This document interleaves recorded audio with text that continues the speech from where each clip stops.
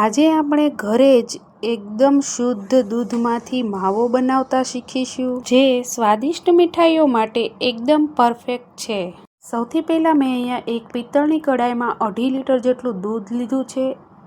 દૂધ મેં અહીંયા ગરમ કરેલું લીધું છે, તમે ગરમ કર્યા વિનાનું પણ લઈ શકો છો। માવો બનાવતી વખતે વાસણ હંમેશા એલ્યુમિનિયમ, પિત્તળ કે લોખંડનું જ વાપરવું, જેથી દૂધ તળિયે ચોંટશે નહીં। દૂધને સતત ચલાવ્યા જ રાખીશું। શરૂઆતમાં ગેસની ફ્લેમ મીડિયમ ટુ હાઈ રાખીશું અને વધારે ઉભરો આવે તો વચ્ચે ધીમી પણ કરતા રહીશું।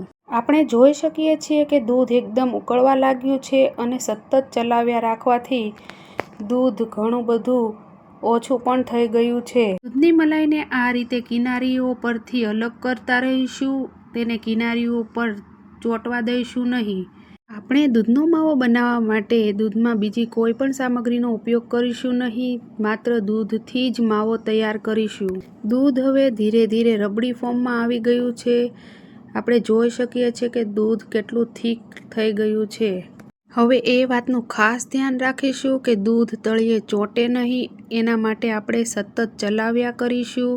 હવે દૂધ એકદમ ઘટ્ટ થવા લાગ્યું છે, જેથી ગેસની ફ્લેમ એકદમ મીડિયમ ટુ લો કરીશું। આ માવો તૈયાર થયા બાદ ફ્રીજમાં 3 થી 4 દિવસ સુધી સારો રહે છે અને વધારે લાંબો સમય સુધી રાખવો હોય તો ઝીપલોકમાં પેક કરી અને ફ્રીઝરમાં સ્ટોર કરીશું।